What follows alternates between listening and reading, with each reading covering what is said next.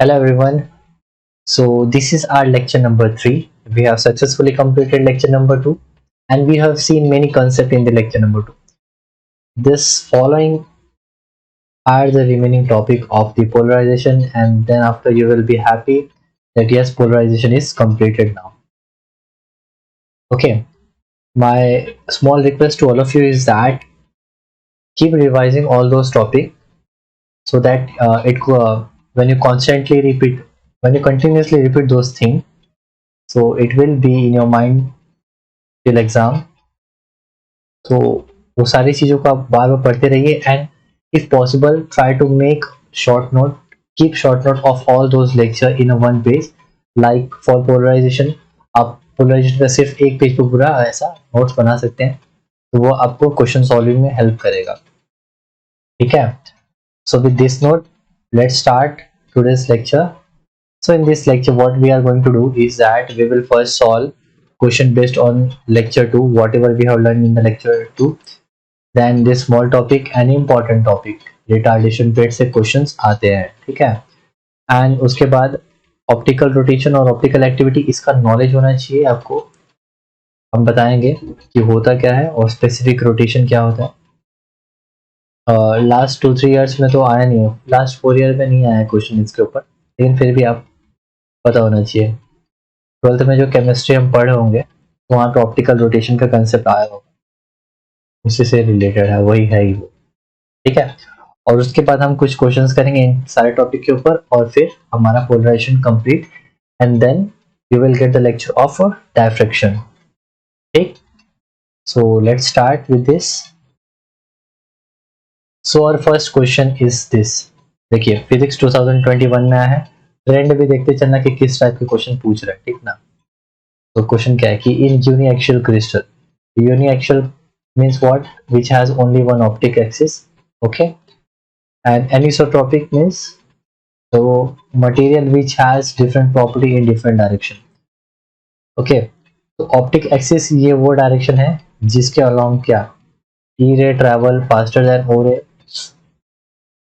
सो optic axis वो direction है जिसमें ई रे और ओ रे का स्पीड जो होता है हमेशा सेम होता है ठीक है ये हम बता चुके हैं क्लियर ऑप्टिक एक्सिस के अलोंग जो रेज है वो डेविएट नहीं होती एज इट इज पास हो जाती हैं तो वहां पे डबल रिफ्रैक्शन का चांसेस होता ही नहीं है तो इसका आंसर आएगा सी फिजिक्स 2021 नेक्स्ट क्वेश्चन देखिए 2019 सेम वही कंसेप्ट पे क्वेश्चन रिपीट था कि डबल रिफ्रैक्टिंग क्रिस्टल है डबल रिफ्रैक्टिंग किसको कहेंगे जो कि सिंगल लाइट को सिंगल बीम को दो रेस में रिफ्लेक्ट कर देती है एक्स्ट्रा ऑर्डिनरी एंड ऑर्डिनरी रे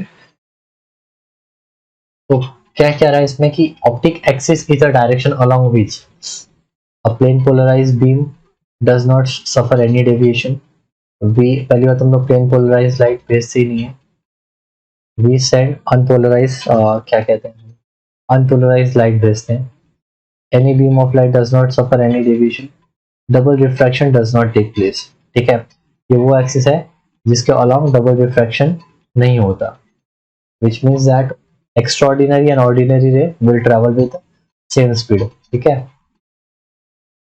so this is our correct answer 2019 में next 2016 में क्वेश्चन आया हुआ है और ये क्वेश्चन आप लोग को आना चाहिए नहीं आएगा तो मजा नहीं आएगा ठीक ना कल से पढ़ा चुके हैं और क्या किस क्रिस्टल के बारे में पूछ रहा है डबल रिफ्रैक्टिंग कैल्साइट क्रिस्टल हमारे पास दो तरह के क्रिस्टल थे ठीक है double refracting crystal doubly refracting crystal में हमारे पास दो तरह के क्रिस्टल थे पहला था कैल्साइट क्रिस्टल और दूसरा था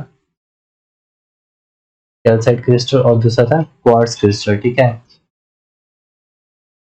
ये नेगेटिव क्रिस्टल था और ये पॉजिटिव क्रिस्टल था ठीक अब होता क्या था कैल्साइट क्रिस्टल में ये आपको आंसर आना चाहिए होता क्या था कि जैसे हम पास करेंगे कैल्साइट क्रिस्टल से किसी रे को तो ये दो में क्या होती थी रिफ्लेक्ट होती थी दो रेज में ठीक ये अगर हमारा नॉर्मल है तो जो अनपोलराइज लाइट था अब वो तो हो गया क्या पोलराइज लाइट ठीक तो उसमें एक होता है एक्स्ट्रा ऑर्डिनरी रे और एक होता है ऑर्डिनरी रे क्लियर?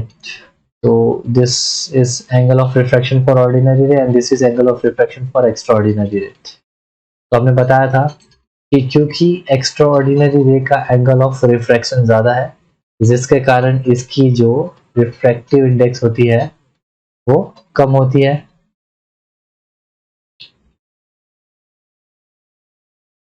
ये ज़्यादा तो रिफ्रैक्टिव इंडेक्स कम, और रिफ्रैक्टिव इंडेक्स कम तो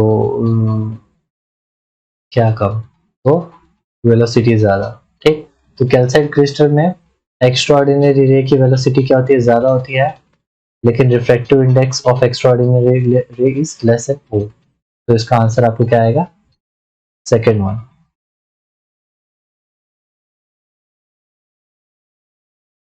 ओके, तो not second, this is first one. Mu O greater than, है ना, mu O greater than mu ई, तो this is first one. Clear?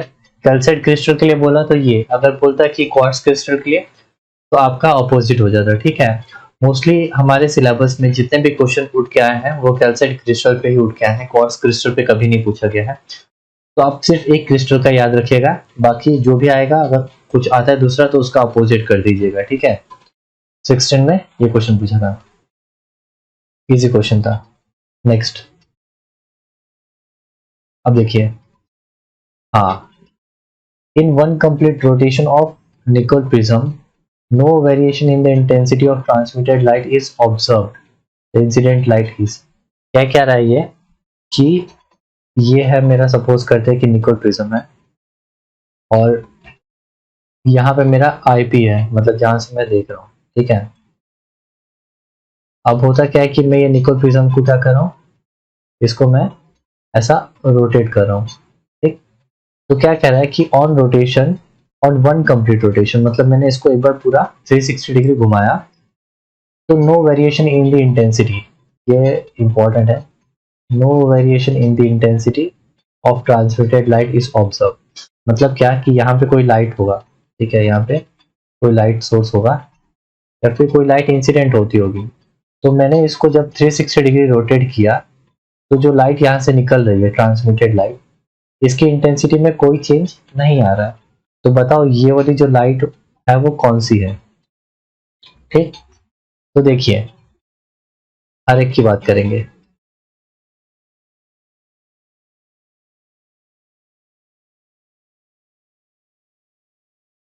तो सबसे पहले हम देखेंगे किसका, इसका, कि अगर प्लेन पोलराइज लाइट को अगर हम भेजें तो क्या होगा।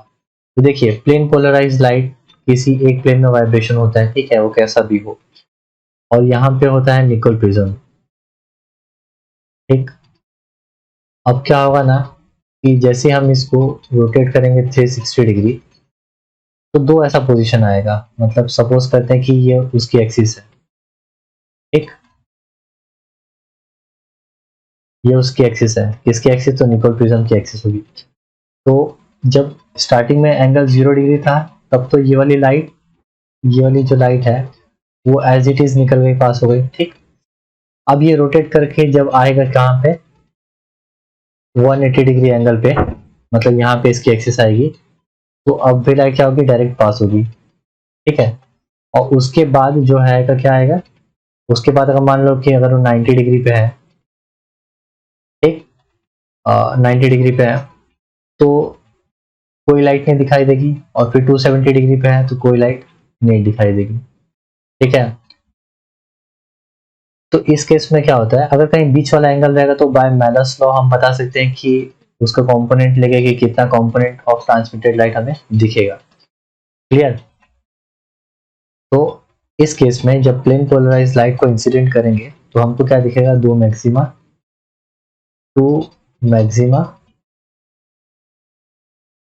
एंड टू जीरोस दिखेंगे। मतलब क्या कि दो ऐसा पोजीशन होगा जहां पे हमको इंटेंसिटी लाइट की एकदम मैक्सिमम दिखेगी, और दो ऐसा पोजीशन होगा जहां पे जीरो दिखेगी। ठीक है, और बाकी के बीच की इंटेंसिटी भी हमको दिखेगी। मतलब क्या कहने का तात्पर्य यह है कि इसकी जो इंटेंसिटी है वो चेंज होगी मैक्सिमम से लेके जीरो तक। ठीक है, मैक्सिमम से लेके जीरो तक इसकी इंटेंसिटी चेंज होगी, किसकी? प्लेन पोलराइज लाइट को। तो कहीं लिख लीजिएगा कि प्लेन पोलराइज लाइट को जब हम निकोल प्रिज्म पे इंसिडेंट कराते हैं तो हमें दो मैक्सिमम पोजीशन मिलता है, मतलब दो ऐसा पोजीशन मिलता है जहाँ पे इंटेंसिटी मैक्सिमम हो, और दो ऐसा पोजीशन जहाँ पे इंटेंसिटी जीरो है, मतलब इंटेंसिटी जो है वो मैक्सिमम से जीरो चेंज करती है। ठीक है, मैंने बता दिया कैसे। बाकी हर पोजीशन पे थीटा एंगल पे इंक्लाइन है, तो transmitted intensity given by I not cos square theta. ठीक है, तो ये थीटा 0 डिग्री और 0 डिग्री और 180 डिग्री पे क्या होगा, 0 डिग्री 180 डिग्री पे क्या होगा, कॉस थीटा की वैल्यू 1 और -1, उसका स्क्वायर 1 ही मिलता है। और उसके बाद π/2 90 डिग्री और 270 डिग्री, इस पे क्या मिलेगा हमको, 0 मिलेगा। ठीक है, होप आपको एक चीज समझ में आई होगी, अच्छी चीज है। तो यहाँ पे लिख लेना, ये किसके लिए था, प्लेन पोलराइज लाइट के लिए। अब बात करते हैं कि अनपोलराइज लाइट को अगर हम इंसिडेंट कराएं तो क्या होगा। सोचिए सोचिए सोचिए सोचिए, सोच लो। चलो आप सोचते हैं साथ में। तो देखिए, unpolarized light is the light in which vibration of electric field is in all direction। ठीक है,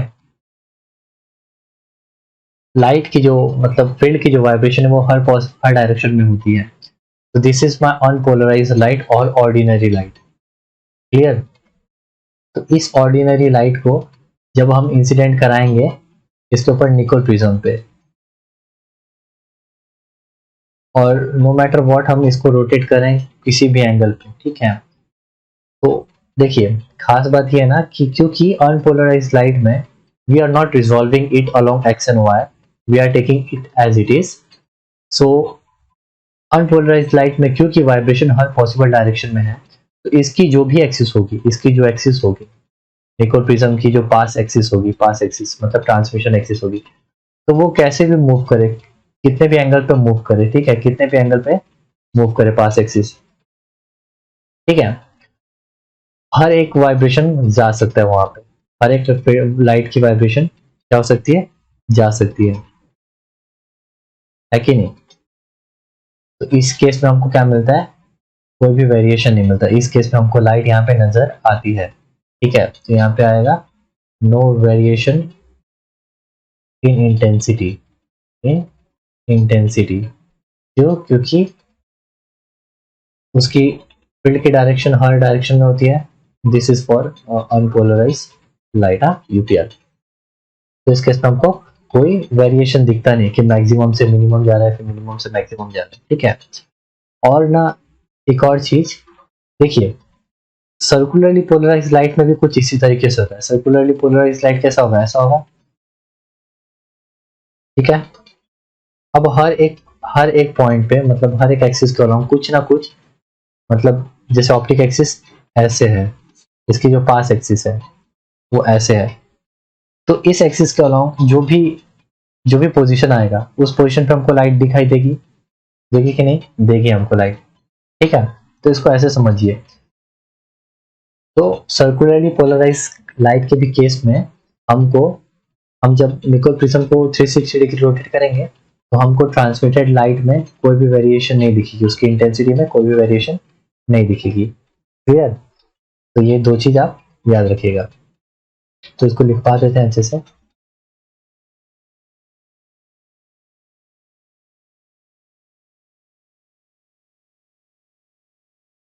ये थोड़ा इंपॉर्टेंट था। तो पहला पॉइंट तो ये हो गया, ठीक, कि प्लेन पोलराइज्ड लाइट यूज करूंगा तो क्या होगा। दूसरी लाइन ये लिख लेते हैं कि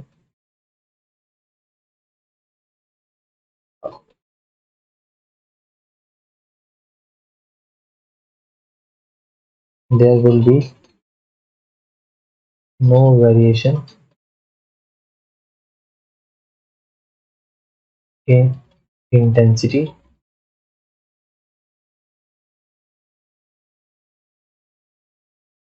in case of, नहीं, in case नहीं, when incident light is unpolarized या फिर इसको लिख लीजिए आप अनपोलराइज या फिर ऑर्डिनरी और सर्कुलरली पोलराइज लाइट और कॉम्बिनेशन ऑफ बोथ। या तो केवल आप अनपोलराइज लाइट को यूज कीजिए या फिर सर्कुलरली पोलराइज लाइट को यूज कीजिए। निकोल प्रिज्म को अगर हम रोटेट भी करते हैं तो हमको वेरिएशन में कोई चेंज नहीं दिखेगा, या फिर दोनों लाइट को एक साथ भी भेज रहे हैं तो हमको कोई उनकी इंटेंसिटी पे वेरिएशन नहीं दिखेगा। ठीक है। अब बात हो गई प्लेन पोलराइज इसकी। अब बात करते हैं किसकी, इलिप्टिकली पोलराइज लाइट। तो इलेक्ट्रिकली पोलराइज लाइट में क्या होता है, देखिए इलेक्ट्रिकल पोलराइज लाइट में जो इलेक्ट्रिक फील्ड का वाइब्रेशन इस तरीके से होता है कि मिलके कुछ ऐसा शेप बनाते हैं। ठीक है,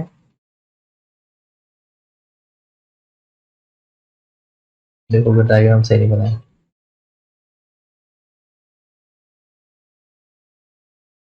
कुछ इस तरीके का होगा। ठीक, सो यहाँ पे ना ऐसा कितना पोजीशन है, दो पोजीशन है। देखिए ये ये एक पोजीशन है और ये एक पोजीशन है, यहाँ पे जो इंटेंसिटी है मिनिमम है। ठीक है, और एक ये पोजीशन है, एक ये पोजीशन है जहाँ पे जो इंटेंसिटी है क्या है, मैक्सिमम है। तो इसमें ऐसा कोई भी पोजीशन दिख नहीं रहा है कि जहाँ पे ना जीरो इंटेंसिटी मिले, जैसा कि मेरे को प्लेन पोलराइज लाइट में हमें दिखा था। ठीक ना, तो निकोल प्रिज्म जो है उस प्रिज्म की ऑप्टिक एक्सिस कैसी भी हो, किसी भी एंगल, किसी भी इंक्लिनेशन पे हो, किसी भी इंक्लिनेशन पे, फर्स्ट सेकेंड थर्ड फोर्थ किसी पोजीशन पे हो, कुछ ना कुछ हमें ट्रांसमिटेड लाइट हमें दिखेगा ही दिखेगा। ठीक है, तो इस केस में क्या होता है, इस केस में हमको दो मैक्सिमा मिलता है और दो मिनिमा मिलता है, two maxima and two minima. मतलब दो ऐसा पोजीशन होगा ना, मिनिमा मिनिमा, ठीक है, दो ऐसा पोजीशन होगा जहाँ पे हमको मैक्सिमम इंटेंसिटी लाइट की दिखाई देगी और दो ऐसा पोजीशन होगा जिसमें मिनिमम लाइट की इंटेंसिटी हमें दिखाई देगी। ठीक है, जीरो इंटेंसिटी नहीं मिलेगी। इसमें जीरो मिलती है तो इसमें प्लेन पोलराइज लाइट में मिलती है, इलेक्ट्रिकली में नहीं मिलती। ठीक ना, तो ये तीन इंपॉर्टेंट केस आप याद रखिएगा, चार इंपॉर्टेंट केस। ओके, अब आते हैं हम क्वेश्चन की तरफ। अब क्वेश्चन में देखिए, गौर फरमाइए क्वेश्चन में क्या बोला है। क्वेश्चन में कहा है कि प्लेन पोलराइज लाइट तो नहीं सर, प्लेन पोलराइज लाइट में हमको दो पोजीशन ऐसा मिला जहाँ पे मैक्सिमम और दो पोजीशन पे मिनिमम। इलिप्टिकली पोलराइज में नहीं, ये भी नहीं। Mixture of unpolarize light and plane polarize, चलो इसकी बात करते हैं। अगर ये वाले मिक्सचर, लाइट के मिक्सचर को हमने क्या किया, रखा। ठीक ना, सपोज करते हैं ये है एक हो गया अनपोलराइज लाइट और एक हो गया प्लेन पोलराइज लाइट। इसको हम किस पे इंसिडेंट करा रहे हैं, निकोल प्रिज्म पे इंसिडेंट करा रहे हैं और इसको हम लोग 360 डिग्री रोटेट कर रहे हैं। ठीक ना, तो हमको ट्रांसमिटेड लाइट कैसे दिखेगी, तो देखिए अनपोलराइज लाइट की वजह से क्या दिखेगा, नो वेरिएशन इन इंटेंसिटी। ठीक है, और पोलराइज प्लेन पोलराइज की वजह से two maxima and two minima.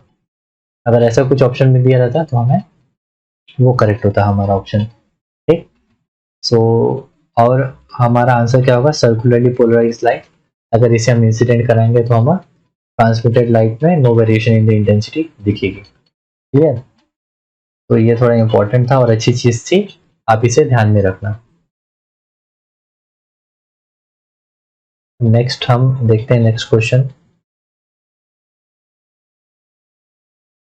Okay, BHU physics 2016 में क्वेश्चन ये आया है। ये क्वेश्चन मैं करना नहीं चाहता, ये क्वेश्चन आप करें तो ज्यादा बेटर होगा।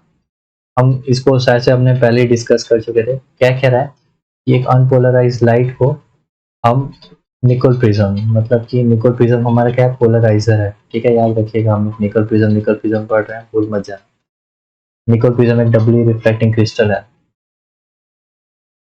ठीक है, निकोल प्रिज्म। तो क्या हो रहा है कि अनपोलराइज लाइट को अगर हम पास करेंगे तो हमें पता है क्या, प्लेन पोलराइज लाइट मिलेगा। अब बात करें इंटेंसिटी की, तो ठीक है ना, क्या करना है, अनपोलराइज लाइट कैसा होता है, ऐसा होता है।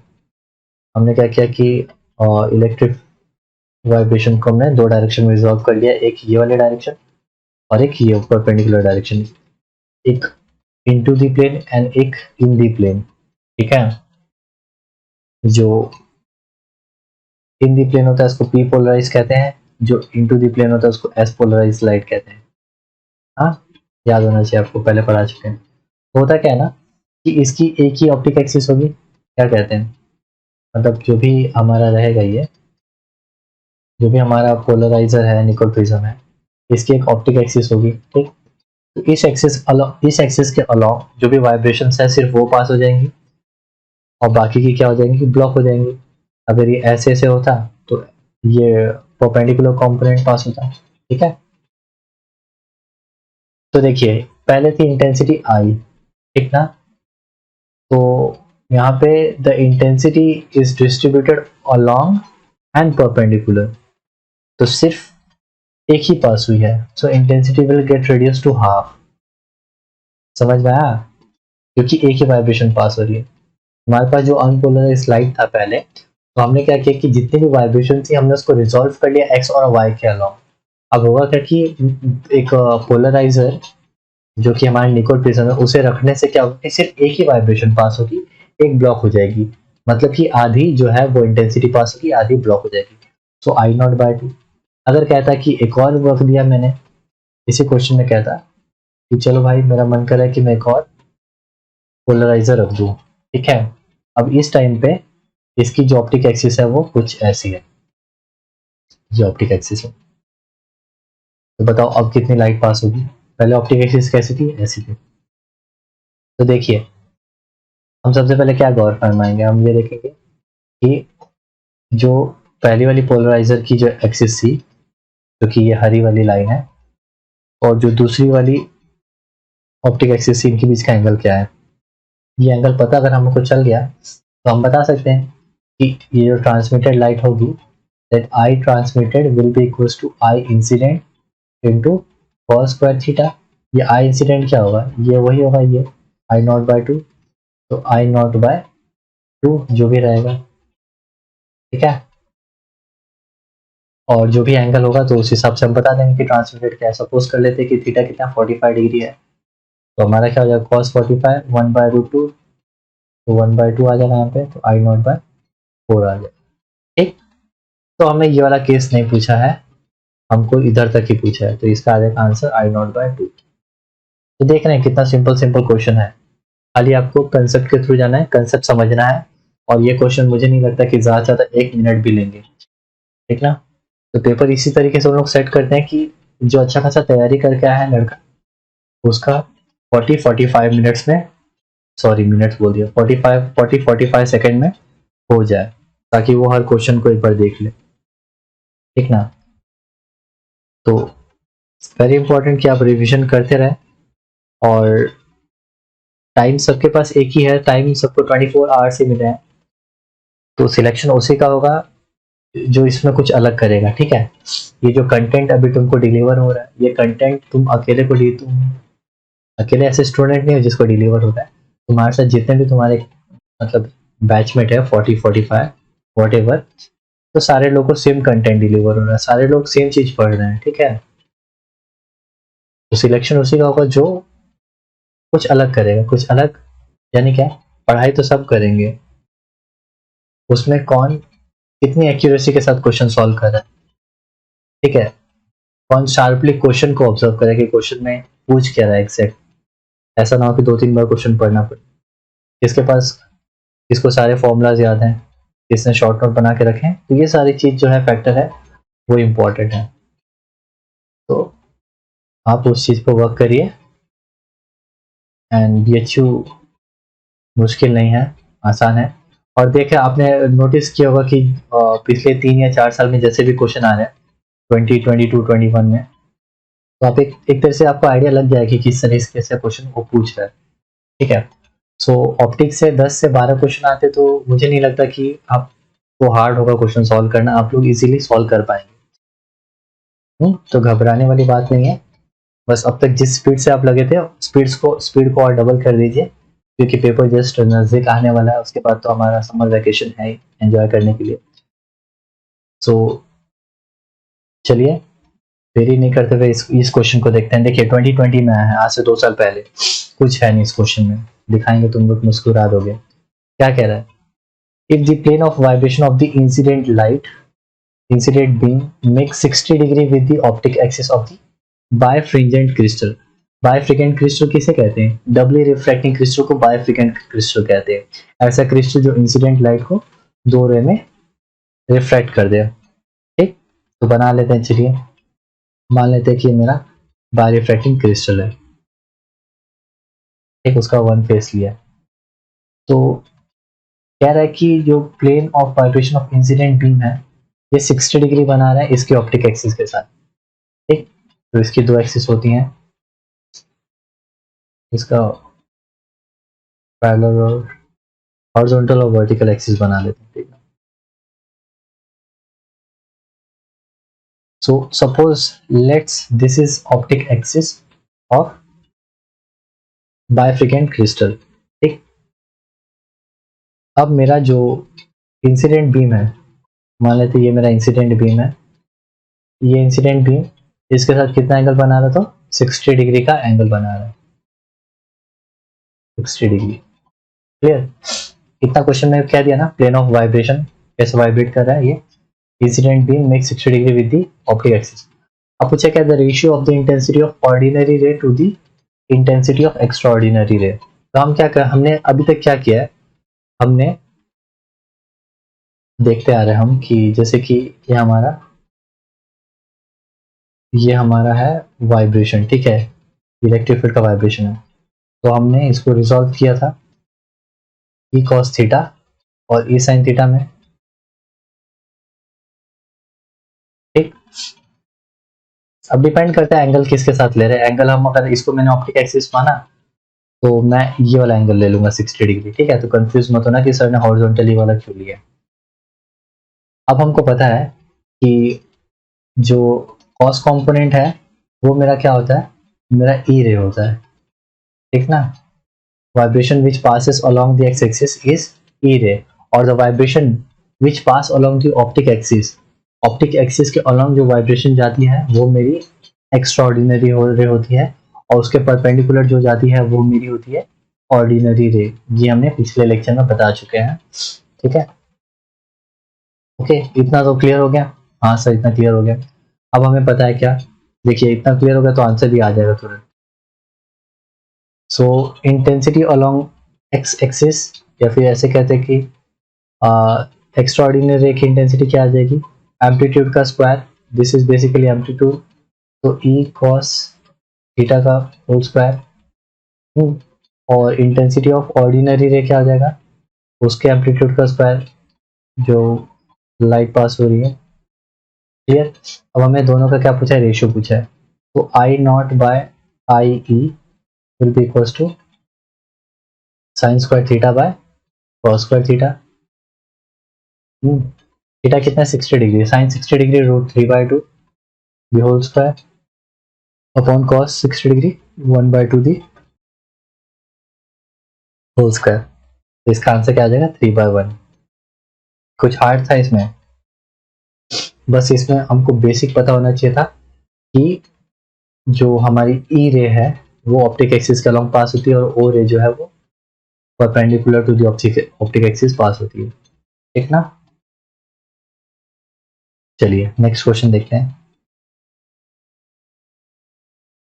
नेक्स्ट क्वेश्चन 2020 रिसेंट का। आप लोग ये क्या एनालाइज करना कि कैसा क्वेश्चन में वेरिएशन आ रहा है, मतलब किस क्वेश्चन पे ज्यादा फोकस कर रहा है, किस टॉपिक के क्वेश्चन पे ज्यादा फोकस कर रहा है।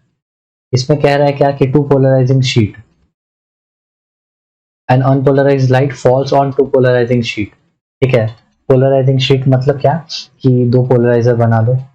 ये मान लो कि एक पोलराइजर हो गया और ये दो पोलराइजर हो गया, दूसरा पोलराइजर हो गया, one on top of the other. इसको एक के ऊपर एक रख दिया मैंने। Clear? What must be the angle between the characteristic direction of the sheet if the intensity of the transmitted light is 1/4 of the incident beam। Suppose करते हैं कि अनपोलराइज्ड लाइट बोला है ना, तो मान लेते हैं कि ये मेरा ऐसे शो कर लो अनपोलराइज्ड लाइट को, या फिर ऐसे शो कर लो। तो मान लेते हैं इसके ऊपर मेरा ऐसे अनपोलराइज लाइट, ठीक है। अब डायग्राम बार बार नहीं बनाएंगे, थोड़ा समझ जाना। अनपोलराइज लाइट पास हो रहा है, ठीक। तो इसने क्या कहा कि अगर इसकी इंटेंसिटी आई है ना, तो यहाँ पे जो लाइट हमें दिख रही है, यहाँ पे जो लाइट हमें दिख रही है, तो इसकी इंटेंसिटी कितनी है, I/4 है। तो बताइए इनकी ऑप्टिक एक्सिस के बीच में एंगल क्या होगा, what must be the angle between the characteristic direction of the sheet. Sheets के बीच में डायरेक्शन मतलब उनकी ऑप्टिक एक्सिस के बीच में डायरेक्शन बोल रहा है। तो मान लेते हैं कि एक का स्ट्रेट है, दूसरे का ऑप्टिक एक्सिस किसी एंगल पे है। हमें एंगल नहीं पता, हमें वही एंगल निकालना है, क्लियर। तो देखिए हमने पहले भी बताया था पोलराइजर 1 पोलराइजर 2, हमने बताया था क्वेश्चन था कि किसी भी अनपोलराइज लाइट को किसी पोलराइजर से पास करेंगे तो इंटेंसिटी कितनी हो जाती है, intensity get reduce to half, clear. अब मान लेते हैं कि इतना हो गया। अब यहाँ पे हम पहले पोलराइजर के ऑप्टिक एक्सिस ड्रॉ कर लेते हैं। ये किसका था, पोलराइजर 1 का था, और ये पोलराइजर 2 की ऑप्टिक एक्सिस है। तो इनके बीच का एंगल मान लेते हैं क्या, थीटा। सो एज मेलस सर सेड कि जो ट्रांसमिटेड लाइट की इंटेंसिटी होगी वो क्या होगी, incident light to cos square theta. Incident light की इंटेंसिटी कितनी थी, I/2, I/2। थीटा पता है, नहीं पता उसको वैसे ही रहना, तो cos square theta. Transmitted light पता है, हाँ I/4, I/4। सॉल्व कर लिया जाए इसको तो कितना होगा, I will get cancel, 1/2 will be equals to cos square theta. तो यहाँ से कितना आ जाएगा, theta will be equals to plus minus π/4, ठीक है। तो इसका आपका आंसर क्या आ जाएगा, π/4, 45 डिग्री, क्लियर। तो बहुत इजी पूछा है, देखिए 1 मिनट से ज्यादा क्वेश्चन नहीं है, हम समझा रहे हैं इसीलिए हमें टाइम लग जा रहा है। ये क्वेश्चन 1 मिनट से ज्यादा है ही नहीं। नेक्स्ट क्वेश्चन, चलिए ये 2017 में क्वेश्चन रिपीट हुआ है, ये आप लोग के लिए होमवर्क है, होमवर्क क्या बता ही दिए हैं। देखिए क्वेश्चन रिपीट होते हैं। नेक्स्ट क्वेश्चन, हाँ क्या कह रहा है ये, the sum of two oppositively rotating circularly polarized wave of equal amplitude, how। Okay so देखिए ये क्वेश्चन जो है कह रहा है क्या कि मेरे पास दो जो है सर्कुलर पोलराइज लाइट है, एक का राइट है रोटेशन और एक का लेफ्ट है। This is right circular polarize light and right circular polarize light and this is left circular polarize light. अब कहता क्या है कि ये दोनों को अगर हम सम अप कर दें, ये दोनों को अगर एक के ऊपर एक ओवरलैप कर दें तो रिजल्टेंट क्या होगा, तो resultant light will be linearly polarized, ठीक है। Resultant light will be linearly polarized light. How, कैसे आया ये, तो इसका एक इक्वेशन है, इक्वेशन हम कैंसिल करके मतलब इक्वेशन सॉल्व करके जब रिजल्टेंट आता है तो उसे हमको पता चलता है लीनियरली पोलराइज्ड लाइट है। फॉर द टाइम बिंग आप इसको याद रखिए कि ये रिजल्ट आता है, ठीक है।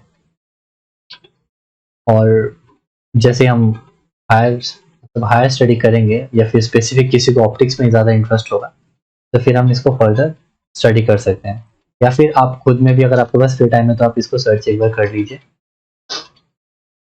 वैसे बस इतना याद रखेंगे तो काफ़ी है, इतना ज़्यादा भी डीप में जाने की जरूरत नहीं है।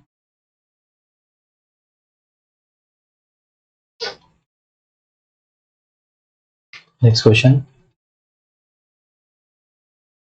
सी ग्रेजुएशन में जितने भी हमारे टॉपिक है ना, जितने भी हैं और 7, 8 और 9 what ever, nuclear physics atomic सबको मिला के, सो हर एक सब्जेक्ट ना अपने आप में एक क्वेश्चन है, ठीक है।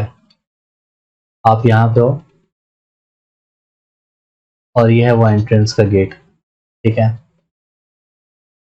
तो आपको ना ये एंट्रेंस के गेट पार करने के लिए ना ये सारे ओशंस में ऐसा डुबकी लगा के आपको फिर पार होगे, ऐसा कोई शॉर्टकट है नहीं, ठीक। तो यहाँ पे सेंसिबल जो स्टूडेंट है, मतलब जो सेंसिबिलिटी है वो ये इंपॉर्टेंट है कि how much I want to go deeper in what particular topic और व्हाट पर्टिकुलर सब्जेक्ट। हमको किस टॉपिक को कितना ज्यादा पढ़ना चाहिए, किस टॉपिक को उतना ही पढ़ना चाहिए जितना एग्जाम की रिक्वायरमेंट है, वो इम्पोर्टेंट है. Okay, we should be focusing on the need of the examination, not the syllabus of the examination, क्योंकि सिलेबस बहुत सारा है. ठीक है, सिलेबस बहुत वास्ट है. हमको क्या पढ़ना चाहिए, हमको वो पढ़ना चाहिए जो क्वेश्चन में, जो एग्जाम में पूछ सकता है. एग्जाम में क्या पूछ सकता है? So this will we get to know from analyzing the previous year.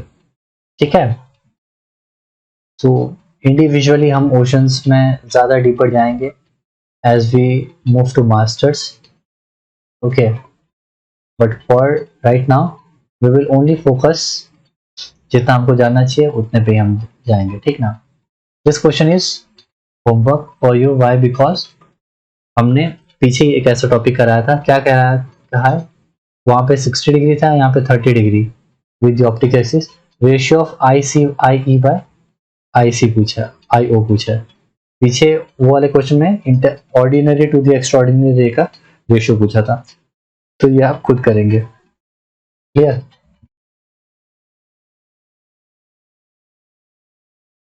So I think जिस इतने क्वेश्चंस थे प्रीवियस ईयर में. अब हम अपना नेक्स्ट टॉपिक स्टार्ट करेंगे which is retardation plate.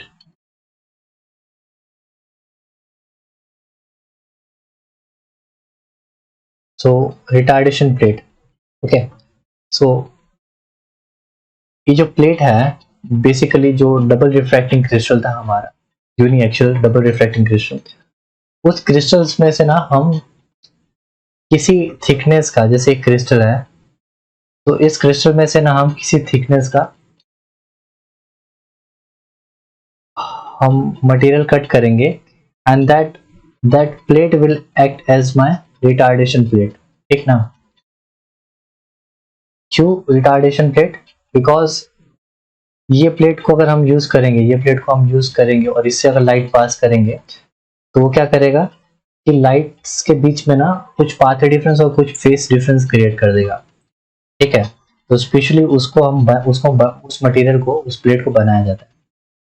Okay, so let's write its definition, what it says. So retardation plate is a plate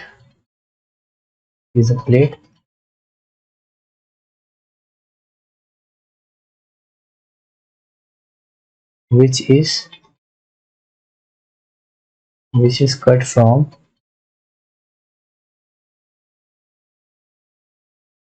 doubly refracting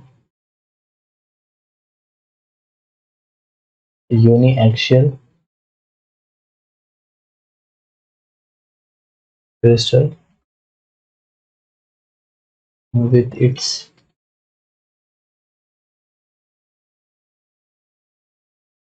optic axis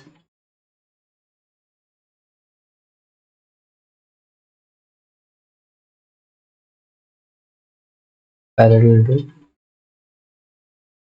refracting surface. इस तरीके से cut करते हैं ना कि उस क्रिस्टल की जो, मतलब जो भी हमारे पास क्रिस्टल है, इस क्रिस्टल की जो ऑप्टिक एक्सिस है, इस ऑप्टिक एक्सिस के पैरेलल में हम कट करके प्लेट निकालते हैं ताकि ये प्लेट की ऑप्टिक एक्सिस भी उसी तरीके से हो, इन दी प्लेन हो.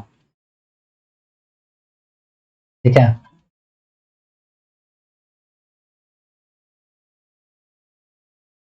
और इसका यूज क्यों करते हैं? So this may be use to introduce a phase और पाथ डिफरेंस. फेज और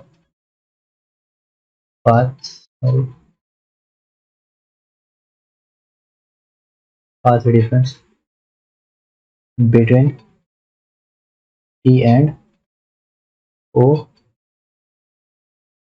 rays or words. Okay, sorry. हाँ, तो रिटार्डिंग प्लेट क्या है? एक ऐसा प्लेट है जिसको हम डबल रिफ्रैक्टिंग से कट करते हैं. इस तरीके से कट करेंगे ना कि उस प्लेट, वो जो प्लेट है वो ऑप्टिक एक्सिस के पैरेलल हो. अब इस प्लेट का इस्तेमाल क्यों किया जाता है?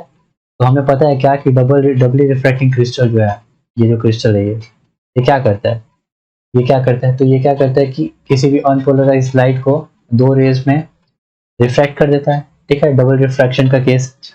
तो उस डबल रिफ्रैक्शन से जो ऑर्डिनरी और एक्स्ट्रा ऑर्डिनरी रे मिलती है उनके बीच में पाथ डिफरेंस और फेज डिफरेंस क्रिएट करता है। हमने देखिए पहले पढ़ा था, हमने काफी पीछे मतलब लेक्चर 2 में हमने पढ़ा था कि एक्स्ट्रा ऑर्डिनरी रे और ऑर्डिनरी रे के बीच में डेल्टा जो फेज डिफरेंस था वो 0 रहे, 45 रहे, 90 डिग्री रहे, तो रिजल्टेंट जो एमर्जेंट वेव था वो किस तरीके से मिल रहा था हमने वो देख लिया था। अभी उसी में थोड़ा सा हम स्पेशल केसेस देखेंगे जो रिटार्डेशन प्लेट का है। तो हमारे पास दो तरीके के रिटार्डेशन प्लेट होते हैं। पहला है एक क्वार्टर वेव प्लेट,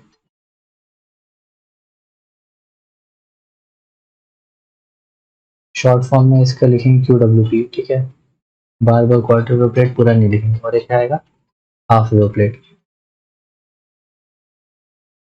देखिए नाम में ही छुपा है कि उन लोग क्या करते हैं, ठीक ना। क्वार्टर का मतलब होता है क्या, 1/4, और हाफ का मतलब होता है क्या, 1/2। तो ना चलिए आगे बताते हैं, हम एक एक को इंडिविजुअली स्टडी करते हैं। Next slide.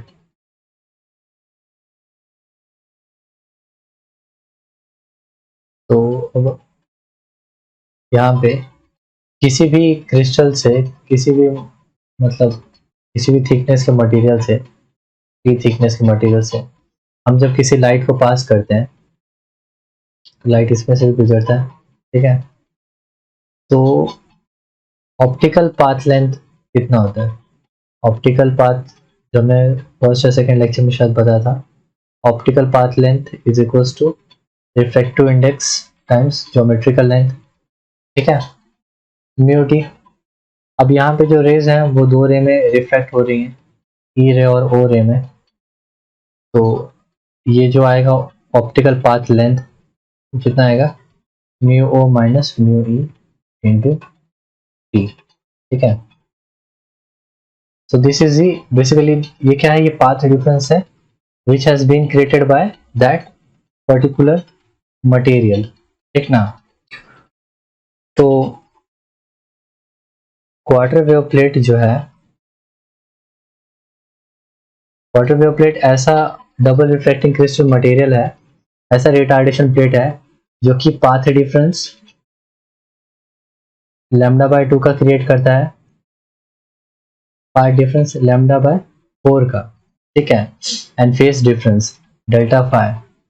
तो कैसे निकालेंगे, 2π/λ into λ/4 which is equals to what, π/2। So path difference λ/4 का और फेस डिफरेंस λ/2 का किन के बीच में, ये कहाँ किन के बीच में, तो ई एंड ओ रेस के बीच में ये पाथ डिफरेंस क्रिएट करता है, ठीक ना। क्वार्टर वेव प्लेट नाम सजेस्ट कर रहा है क्वार्टर वेव, तो path difference λ/4 and phase difference कितना, फेस डिफरेंस π/2 का, ठीक है, इतना आपको ध्यान रखना है। तो अब सवाल आता है कि ये क्वार्टर वेव प्लेट की थिकनेस क्या रखें ताकि ये λ/4 का फेस डिफरेंस क्रिएट करें। तो हमें पता है क्या कि ऑप्टिकल मीन्स व्हाट, और नहीं ऑप्टिकल नॉट, ये पाथ डिफरेंस कितना क्रिएट कर रहा है ये यहाँ पे कोई भी मटेरियल से जब लाइट पास होती है तो इतना। इफ दिस पाथ डिफरेंस,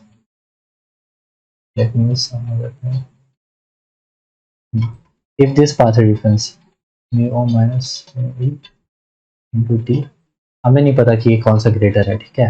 अगर कैल्साइट क्रिस्टल बोल देगा तो आपको पता है कौन सा ग्रेटर है, ठीक, लेकिन अब हम इसको मॉड्यूलस लेंगे ताकि हमको पता नहीं कि कौन सा क्रिस्टल है। डबल रिफ्रैक्टिंग क्रिस्टल है लेकिन उसमें कौन सा क्रिस्टल है ये नहीं पता।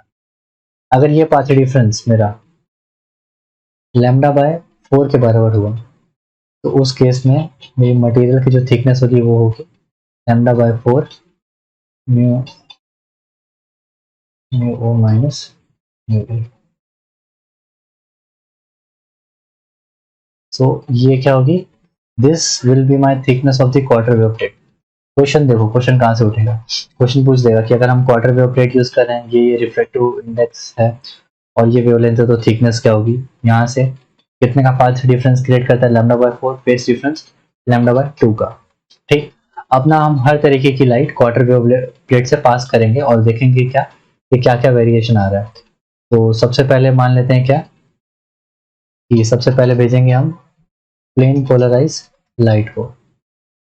तो मान लेते हैं कि प्लेन पोलराइज लाइट हमने किसके ऊपर ये किया,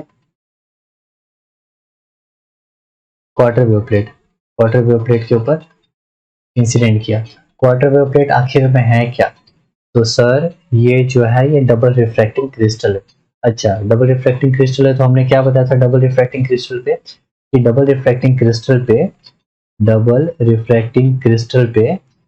फॉर्म है नहीं, मैं लिख दे रहा हूँ, डबल रिफ्रैक्टिंग क्रिस्टल पे अनपोलराइज्ड लाइट या फिर प्लेन पोलराइज्ड लाइट किसी को भी इंसिडेंट किया तो ये मटेरियल क्या करता है, उसको ई और ओ रे में क्या कर देता है, स्प्लिट कर देता है। इतना हमें पता है, हाँ पता है, कैसे पता है, पिछले लेक्चर में हमने बताया।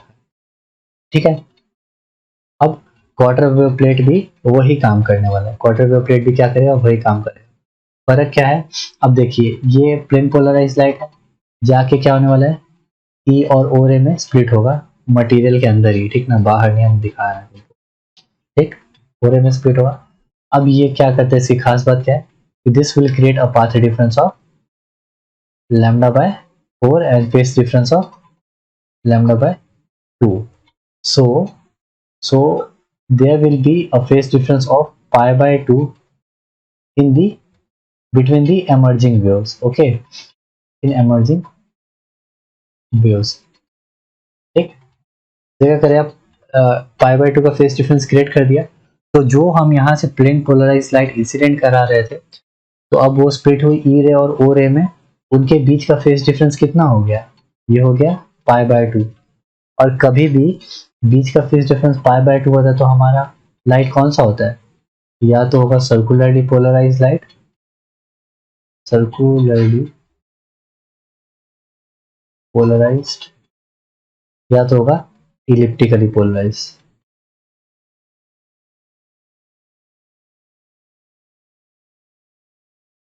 ठीक है, EPL एंड CPL। तो देखिए प्लेन पोलराइज लाइट को क्वार्टर वेव प्लेट पे इंसिडेंट करा तो एमर्जिंग लाइट मेरी सर्कुलरली पोलराइज मिलेगी या तो इलिप्टिकली पोलराइज मिलेगी। अब सर ऐसा क्यों, क्योंकि बेटा बच्चा यहाँ पे एक्स्ट्राऑर्डिनरी और ऑर्डिनरी रे के बीच में कितने का फेज डिफरेंस हो गया, pi/2 का फेज डिफरेंस हो गया। तो जब भी दोनों रेस के बीच में pi/2 का फेज डिफरेंस होता है तो हमें ये दो पॉसिबल आउटकम्स मिलते हैं। अब होता क्या है कि ये मेरा क्वार्टर वेव प्लेट है, हाँ है, ठीक, इसकी एक होगी क्या, इसकी एक एक्सिस होगी, क्या होगी इसकी, इसकी एक मान लेते हैं इसकी एक पास एक्सिस होगी, ठीक है, समझ जाना। और इंसिडेंट अगर, और एक और मान लेते कि एक स्लो और एक फास्ट एक्सिस होगी, ठीक। तो मेरा अगर इंसिडेंट प्लेन पोलराइज लाइट इसकी ऑप्टिक एक्सिस के साथ अगर 45 डिग्री का एंगल बना के इंसिडेंट हो रहा है, ठीक है, थीटा मैंने तुमको बताया था पिछले लेक्चर में कि थीटा क्या होता है, theta is the angle between the incident light and the optic axis, ठीक है, ट्रांसमिशन एक्सिस और ऑप्टिक एक्सिस के बीच का एंगल है। और ये वाला जो डेल्टा है वो एक्स्ट्राऑर्डिनरी और ऑर्डिनरी के बीच का फेज डिफरेंस है, ठीक है। तो अगर ये 45 डिग्री पे 45 डिग्री पे इंसिडेंट हो रहा है क्वार्टर वेव प्लेट पे, तो जो एमर्जिंग लाइट होगा मेरा होगा सर्कुलरली पोलराइज लाइट, और अगर 45 डिग्री पे नहीं हो रहा है तो वो होगा क्या, मेरा इलिप्टिकली पोलराइज लाइट, ठीक है। तो ये दो होता है, ठीक। तो ये याद रखना कि PPL changes to CPL when we use quarter wave plate and it also changes to EPL when we use quarter wave plate। Condition आपको पता होनी चाहिए। अब इसका उल्टा करते हैं, उल्टा बोले तो नहीं, उल्टा बोले तो नहीं, उल्टा कहें तो सर्कुलरली पोलराइज लाइट को मैंने क्या किया, क्वार्टर वेव प्लेट पे इंसिडेंट करा है, क्वार्टर वेव प्लेट पे इंसिडेंट करा है, ठीक। तो देखिए हमें जैसे पता है कि क्वार्टर वेव प्लेट क्या कहता है, pi/2 का फेज डिफरेंस क्रिएट करेगा। तो एक्स्ट्राऑर्डिनरी रे और ऑर्डिनरी रे के बीच में, ठीक है, पहले से कितना फेज डिफरेंस है, pi/2 है। अब जब ये सब पास होंगी तो again pi/2, so this pi/2 plus ये वाला pi/2, तो रिजल्टेंट जो होगा वो या तो 0 डिग्री होगा या तो 180 डिग्री होगा। ठीक है, क्लॉकवाइज एंटी क्लॉकवाइज कैसे था, मतलब right circularly polarize light fall हो रहा है, लेफ्ट सर्कुलरली लाइट फॉल हो रहा है, मतलब उसका रोटेशन लेफ्ट है या राइट है, उस तरीके से। तो एमर्जेंट लाइट होगा उसके बीच में मेरा फेस डिफरेंस या तो 0 डिग्री होगा या तो 180 डिग्री होगा। ठीक है, तो जब भी रेस के बीच में 0 डिग्री या 180 रोटेशन होता है तो वैसी लाइट हमारी कैसी होती है, प्लेन पोलराइज, मतलब स्ट्रेट लाइन कैसी होती है, स्ट्रेट लाइन मिलती है ना हमें, तो वो हमारी होती है कि प्लेन पोलराइज। तो सर्कुलरली पोलराइज लाइट अगर फॉलो कर तो प्लेन पोलराइज। थर्ड क्या है, अगर इलेक्ट्रिकली नहीं, इलिप्टिकली पोलराइज लाइट फॉल होता है ठीक, क्वार्टर वेव प्लेट पे, तो अभी भी हमको क्या मिलता है, क्योंकि सेम इसमें भी जो डेल्टा होता है कितना होगा, पाई/2 का फेस डिफरेंस होगा, तो इस केस में भी हमें क्या मिलेगा, एमर्जिंग लाइट हमारा प्लेन पोलराइज लाइट। ठीक ना, बस शर्त यह है कि यहाँ पे जो आ, हाँ, यहाँ पे इतना ही बस। ठीक है, तो ये आपको ये याद रखना है कि कैसे क्या होता है, कंडीशन ये लिख लेना। ठीक है, तो इतना ही आता है। एक चीज और याद रख लेना, कहीं पे लिख लेना, नोट कर लेना, इंपॉर्टेंट चीज है कि जो भी वाटर वेव प्लेट हो गया, आ, एक काम करते हैं, वो हाफ वेव प्लेट भी बता लेते हैं, फिर आपको ये चीज बता सही रहेगा। तो क्वार्टर वेव प्लेट के बारे में इतना ही नॉलेज। अब नेक्स्ट स्लाइड, अब बात करते हैं हम किसकी, हाफ वेव प्लेट। हाफ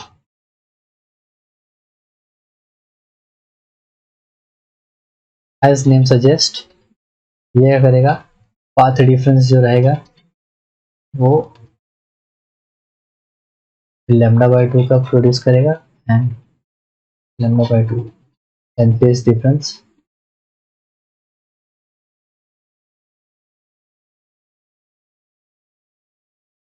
पाई का। ठीक ना, yes correct. Delta phi equals to 2 पाई/λ इंटू λ/2।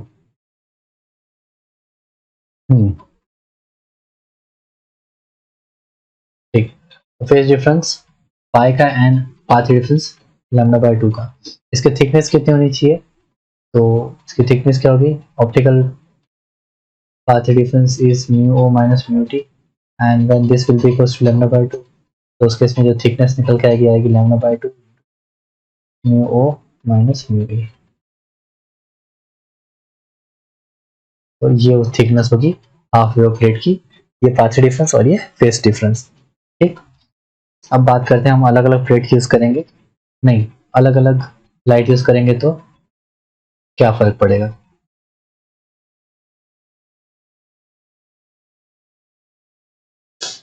तो देखिए, क्वार्टर वेव प्लेट क्या फेस डिफरेंस प्रोड्यूस करता था, battery low just a second. Okay, so quarter wave plate जो था वो पाई/2 का फेज डिफरेंस प्रोड्यूस करता था, और जो हाफ वेव प्लेट है, हाफ वेव प्लेट वो कितने का फेज डिफरेंस, पाई का। आपको ये याद रखना माइंड में, ठीक था, कि कौन कितना पाथ फेज डिफरेंस प्रोड्यूस करेगा एमर्जिंग वेव के बीच में। तो देखिए, अगर मैं सपोज ये मेरा हाफ वेव प्लेट है, हाफ वेव प्लेट भी एक डबल रिफ्रैक्टिंग क्रिस्टल से बना है, तो ये फेज डिफरेंस पाई का क्रिएट करेगा। तो अगर मैं इस पे प्लेन पोलराइज लाइट को इंसिडेंट करता हूँ, तो हमारा जो आउटकम है वो भी प्लेन पोलराइज लाइट ही मिलेगा। ठीक है, लेकिन अब जो है ये 180 डिग्री रोटेट होके मिलेगा, 180 डिग्री रोटेट हो जाएगा। ठीक ना, मतलब क्या कि मान लीजिए ये मेरा मटेरियल था, ये उसकी ऑप्टिक एक्सिस, तो अगर मेरी इंसिडेंट लाइट मेरी ऐसी थी, थीटा एंगल, ठीक ना,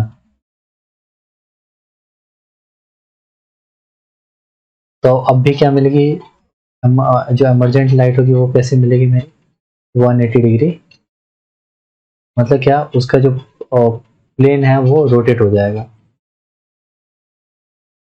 तो ये पूरा क्या हो गया, रोटेट हो गया, ये ऐसे रोटेट हो गया 2 थीटा से। ठीक, इंसिडेंट हुई प्लेन पोलराइज लाइट, और आउटकम में भी मिले क्या मुझे, प्लेन पोलराइज लाइट में मिली। हम्म,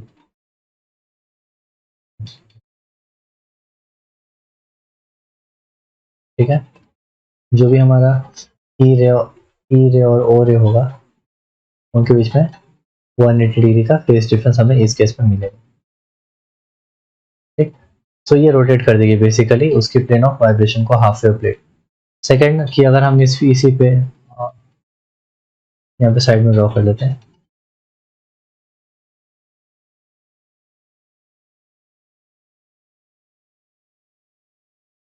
अगर हम इसी प्लेट पे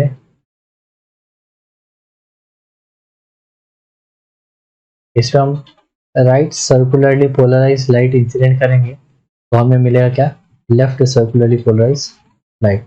means what, rotation will get, जो उसकी रोटेशन थी वो अब रोटेट हो जाएगी, अपोजिट हो जाएगी। ठीक है, इस तरीके से अगर लेफ्ट सर्कुलरली पोलराइज लाइट तो राइट सर्कुलरली पोलराइज लाइट मिलेगी। उसी तरीके से अगर हम इसके ऊपर इंसिडेंट कराते हैं इलिप्टिकली पोलराइज लाइट, मतलब लेफ्ट इलिप्टिकली पोलराइज लाइट तो राइट इलिप्टिकली पोलराइज लाइट, कुल मिला के जो सारांश निकलता है, जो इसका, सॉरी सर्दी है, इसका जो आउटकम निकलता है वो ये निकलता है कि सिर्फ और सिर्फ हाफ वेव प्लेट ही ऐसा प्लेट है जो कि रोटेट कर देता है इनके प्लेन्स को, मतलब जो भी वाइब्रेशन है वाइब्रेशन को क्या करता है, रोटेट कर देता है। तो यहाँ पे लिख लो, याद रखना ये चीज कि only a half wave plate rotates the plane of polarization of light। ठीक है, उनकी रोटेशन को जिस प्लेन में रोटेट कर रहे हैं उसी प्लेन को 180 डिग्री रोटेट कर देता है, तो ये हमको आउटकम मिलता है। Clear, so this was all about quarter wave plate and half wave plate. Quarter wave plate जो था वो हमने देख लिया कि किस तरीके से तीन variation, plane polarize, circularly elliptical में होता है, और उसका opposite and half wave plate ऐसा रहता है। एक चीज ये भी याद रखना ना कि जैसे कि ना यहाँ पे लिखते हैं, यहाँ पे कोई जगह खाली है, क्वार्टर वेव प्लेट और हाफ वेव प्लेट में कभी भी इंटेंसिटी पे कुछ वो नहीं करेंगे, मतलब इंटेंसिटी के साथ कुछ इंटेंसिटी को चेंज नहीं करेंगे, सिर्फ वो स्टेट ऑफ पोलराइजेशन पे इफेक्ट करते हैं। ठीक है, तो इसको अपनी भाषा में लिख लेना, या फिर लिख देते हैं कि it does not affect, it does not it does not it does not change the intensity, intensity के साथ कोई वो उसका लेना देना नहीं है। it changes state of polarization। अच्छा, ये हमने क्या लिख दिया, तो इसको समझो ना थोड़ा, देखो समझो। सपोज कर लेते हैं कि ये मेरा कोई प्लेट है, एक फील आने दो, ये कोई मेरा प्लेट है, क्वार्टर वेव प्लेट हो गया या फिर हाफ वेव प्लेट, कोई भी प्लेट हो, इसके ऊपर मैंने इंसिडेंट कराया। पहले तो इंसिडेंट कराया मैंने इंसिडेंट कराया, चलो सर्कुलरली पोलराइज लाइट, सर्कुलरली, ठीक है। चलो पहले इसको एक ही के साथ समझते हैं। Quarter wave plate, circularly polarize light मैंने इसके ऊपर इंसिडेंट करा, तो मेरे को आउटकम में क्या मिलेगा, मेरे को आउटकम में मिलेगा क्या, प्लेन पोलराइज लाइट। ठीक, अगर इसी पे मैं क्या करता, इस पे मैं अगर प्लेन पोलराइज लाइट इंसिडेंट करता तो क्या मिलता है, कुछ भी सर्कुलरली पोलराइज लाइट मिलता है। या फिर मैं इसके ऊपर ऑर्डिनरी या फिर अनपोलराइज लाइट मैं इसके ऊपर इंसिडेंट करता तो मेरे को आउटकम में क्या मिलता है, प्लेन पोलराइज लाइट मिलता है। अब यहाँ पे क्या हो रहा है ना, यहाँ पे इंटेंसिटी के साथ कोई छेड़छाड़ नहीं होगा, जो इंटेंसिटी थी वो वैसे ही रहेगी, मतलब इंटेंसिटी से कोई लेना देना नहीं है, सिर्फ और सिर्फ मतलब क्या है, तो स्टेट ऑफ पोलराइजेशन को चेंज करेगा। ठीक है, जैसे क्वेश्चन आएगा ना तो क्वेश्चन से आपको ज्यादा समझेगा। अभी क्वेश्चन मेरे को याद नहीं आ रहा है, आगे मैंने क्वेश्चन निकाल के रखे हैं तो फिर देखेंगे। आप तो कहोगे कि सर ये डबल रिफ्रैक्टिंग क्रिस्टल है, हाँ तो है, क्रिस्टल तो है। क्वेश्चन देखते हैं, उसके बाद आगे बात करते हैं, ये याद रखना है चीज।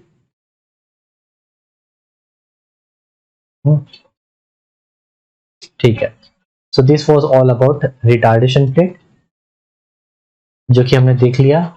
इंपॉर्टेंट क्या था वो आपको बता दिया। अब इसके ऊपर देखते हैं questions. So first question geophysics 2019 का क्वेश्चन है। क्या कह रहा है कि the state of polarization of emerging light, okay आगे, is circularly polarized when it pass through quarter wave plate। तो QWP क्वार्टर वेव प्लेट से जब वो पास हुआ तो कैसा था, सर्कुलरली पोलराइज्ड लाइट था। बताइए इंसिडेंट लाइट क्या होगा, यही पूछा ना कि the state of polarization of the emerging light when a beam of circularly, नहीं उल्टा उल्टा हो गया, when a beam of circularly light polarized is passed through it। Circularly polarized light को अगर हम क्वार्टर वेव प्लेट से पास करेंगे तो एमर्जिंग वेव कैसा होगा, तो एमर्जिंग वेव कैसा होगा, क्वार्टर वेव प्लेट जो है एक ऐसा रिटार्डिंग प्लेट है जो फेस डिफरेंस π/2 का जनरेट करता है ई रे और ओ रे के बीच में। ऑलरेडी उनके बीच में π/2 का फेस डिफरेंस है, तो जो एमर्जिंग होगा वो कैसा होगा, प्लेन पोलराइज लाइट होगा। तो our answer is plane polarize light. देखिए कैसा क्वेश्चन है। नेक्स्ट नेक्स्ट क्वेश्चन,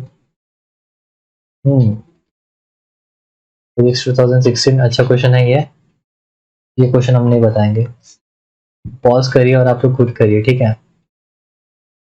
ओके, तो प्लेन पोलराइज लाइट को फॉल कराते हैं हम किसके ऊपर, क्वार्टर वेव प्लेट के ऊपर, जिसका इलेक्ट्रिक फील्ड जो है वो 30 डिग्री का एंगल बना है ऑप्टिक एक्सिस के साथ। इमरजेंट लाइट पूछ रहा है, क्या सॉल्व करने की जरूरत है, क्या सॉल्व करने की जरूरत है।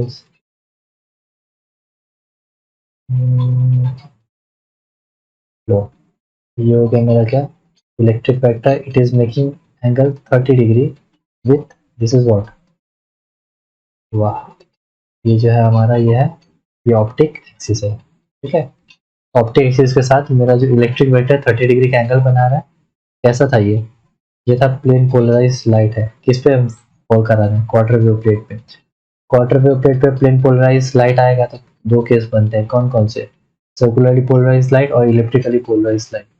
ये कब मिलता है, जब थीटा जितना 45 डिग्री रहेगा, एल्स बाकी सबके लिए क्या मिलेगा, इलेक्ट्रिकली पोलराइज लाइट। तो बताइए थीटा, यहाँ पे थीटा कितना है, 30 डिग्री, तो ये जो एमर्जिंग लाइट है वो क्या मिलेगा हमको, इलेक्ट्रिकली पोलराइज लाइट मिलेगा। यहाँ तक आप कैच कर चुके होंगे, क्वेश्चन आपके लिए बहुत आसान है, कंसेप्ट सारा बता चुके हैं।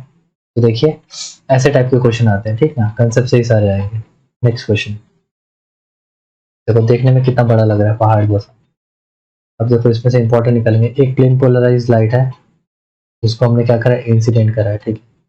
हमारा प्लेन पोलराइज लाइट है, किसके ऊपर इंसिडेंट करा है, uniaxial in crystal cut parallel to the optic axis that the plane of vibration of the incident light make 45 degree angle with the principal plane and the crystal thickness which produces a phase difference of pi/2 between E ray and O ray।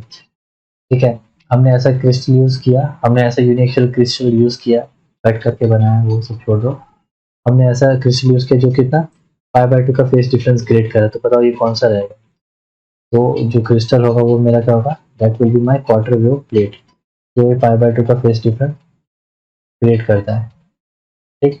तो plane polarize light को अगर incident करा रहे हैं quarter wave plate पे, और वो angle कितनी बना रहा है, 45 डिग्री बना रहा है, one angle plane polarize light इसके ऑप्टिक एक्सिस से 45 डिग्री बना रहा है,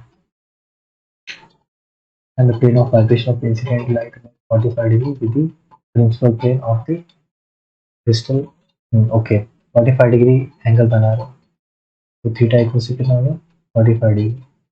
तो इमरजेंट लाइट क्या होगा, that will be circularly polarized. ठीक है, आंसर आपका थर्ड होगा। ये क्वार्टर वेव प्लेट की बात कर रहे हैं इस क्वेश्चन में, ठीक ना, तो इसीलिए इसका आंसर डायरेक्ट हम बता सकते हैं। अगर यही अगर यहाँ पे पाए होता तो हो जाता half wave plate. Half wave plate के केस में क्या आता, ऑप्शन ये वाला आता, plane polarized light with plane of vibration rotated by 90 degree. Theta कितना था यहाँ पे, थीटा था 45 डिग्री, तो plane of vibration will get rotated by 2 theta. ठीक है, और ये कमाल और सिर्फ हाफ वेव प्लेट ही करता है, ये प्लेन ऑफ वाइब्रेशन को ही रोटेट कर देता है। क्लियर। नेक्स्ट क्वेश्चन, फिजिक्स 2019 का क्वेश्चन आया था, देख लो कितना इजी क्वेश्चन है। आप इसको पॉज करो, खुद करो, 2 मिनट का रहेगा, 2 मिनट भी नहीं, 20 सेकेंड का रहेगा। ओके, तो क्वेश्चन क्या कह रहा है कि circularly polarized light is produced if the amplitude of E ray and O ray are equal and their phase difference is pi by 2. Okay, if amplitudes are not equal and phase difference 90 degree का होता तो उसमें इलिप्टिकली polarise light मिलता। ये answer आपका correct है। Circularly polarise के case में एम्पलीट्यूड ऑर्डिनरी रे और एक्स्ट्रा ऑर्डिनरी रे का क्या होता है, इक्वल होता है, और उनके बीच का फेज डिफरेंस 90 डिग्री होता है। ठीक है,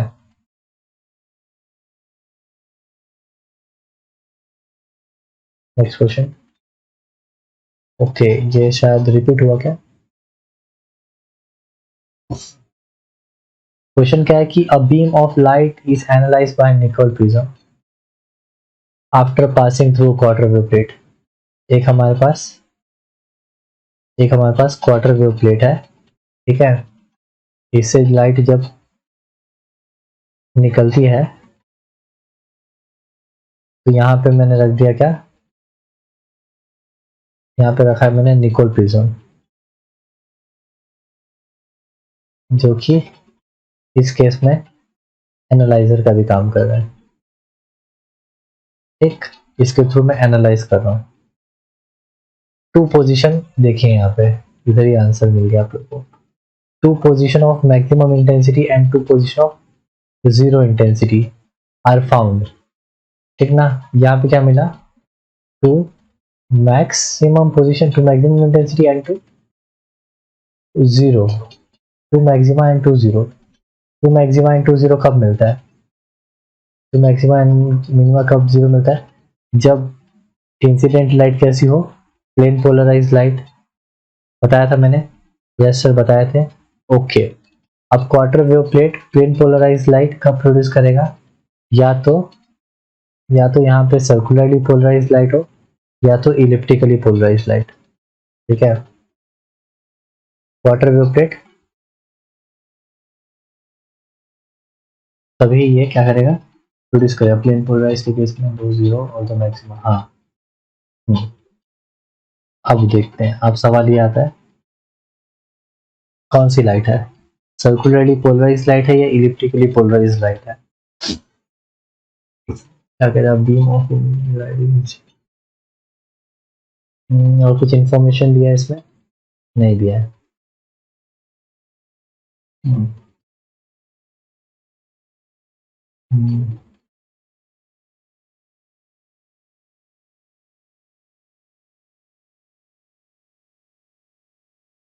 तो two position of maximum and minimum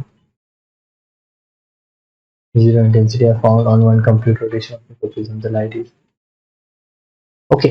देखो क्वेश्चन देख रहे हो,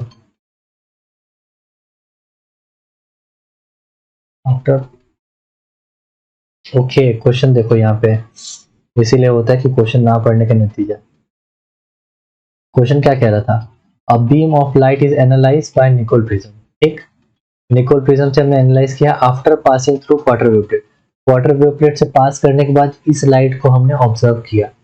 ठीक है, इस लाइट को हमने ऑब्जर्व किया, तो हमने देखा क्या कि दो पोजीशन मैक्सिमम इंटेंसिटी का और दो पोजीशन मिनिमम जीरो इंटेंसिटी का मिल रहा है। एक कंप्लीट रोटेशन, इसको मैं 360 डिग्री रोटेट कर रहा हूँ, तो उसके बाद मैंने ये देखा। अब पूछा कि द लाइट इज, तो जो लाइट इज की बात बोला है ना, ये a beam of light is analyse, ये light is a beam of light analyse, ये इसकी बात कर, इसकी बात कर। तो ये वाला हमारा होगा क्या, प्लेन पोलराइज लाइट होगा। ठीक है, हमारा प्लेन पोलराइज लाइट होगा, इसकी बात कर रहे हैं। मेरा ध्यान चला गया इनके ऊपर। अब जब तक थीटा मेंशन नहीं किया तो मैं कैसे बता सकता हूँ कि ये कौन सा है। ठीक ना, beam of light, light is plane polarize light. तो देखिए क्वेश्चन पढ़ना भी, a beam of light is analyzed by Nicol prism, हाँ इसी की बात कर रहा है। ओके, तो ऐसा ऐसे सब क्वेश्चंस होते हैं, थोड़ा क्वेश्चंस ध्यान से पढ़ना रहता है। सॉरी फॉर दिस, लेकिन देखो इसे सीखो, ठीक ना। नेक्स्ट, ओके, कह रहा है कि a circularly polarized light can be distinguished from the unpolarized light by passing it through। अब देखो यहाँ पे हमको क्या निकोल प्रिज्म भी दे रखा है, polarizing sheet, half wave plate और क्वार्टर वेव प्लेट, चार्ट दे रखा है। तो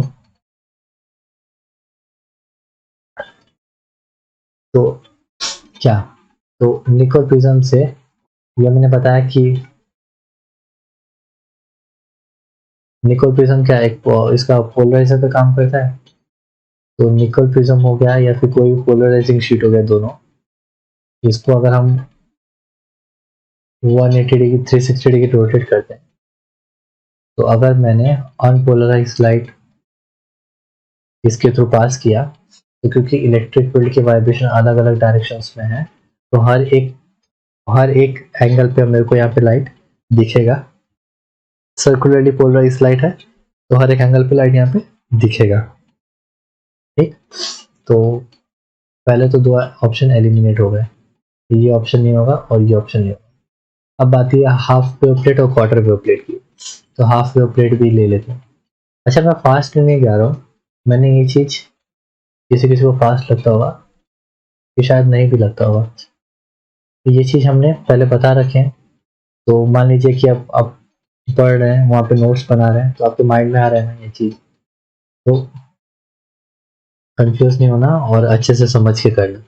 ये हाफ वेव प्लेट है, तो हाफ वेव प्लेट पे अनपोलराइजिंग लाइट डाला, तो लाइट वैसे का वैसे ही निकलेगा। सर ऐसा क्यों, हमने बताया था कि जो क्वार्टर वेव प्लेट होता है और हाफ वेव प्लेट होता है, ये दोनों रिटार्डेशन प्लेट जो है, ये लाइट की इंटेंसिटी के साथ छेड़छाड़ नहीं करते, इस पर कोई फर्क नहीं पड़ता लाइट की इंटेंसिटी के साथ। ठीक है, लेकिन ये जो है क्या कहते हैं, स्टेट ऑफ पोलराइजेशन को चेंज कर देते हैं। जैसे यहाँ पे सर्कुलरली पोलराइज लाइट भेजा, तो हमको सर्कुलरली पोलराइज लाइट ही मिलेगी। अगर लेफ्ट सर्कुलरली पोलराइज लाइट भेजा तो राइट सर्कुलरली पोलराइज लाइट नहीं, क्योंकि हाफ वेव प्लेट का काम ही है, हाफ वेव प्लेट का काम यही है कि वो स्टेट ऑफ पोलराइजेशन को रोटेट कर देता है। ठीक है, लेफ्ट लगा तो राइट कर देगा, राइट लगा तो लेफ्ट कर देगा। ठीक, तो हाफ वेव प्लेट भी नहीं होगा। क्वार्टर वेव प्लेट जो है, ठीक, अब क्वार्टर वेव प्लेट की बात करते हैं, ये अच्छी चीज है।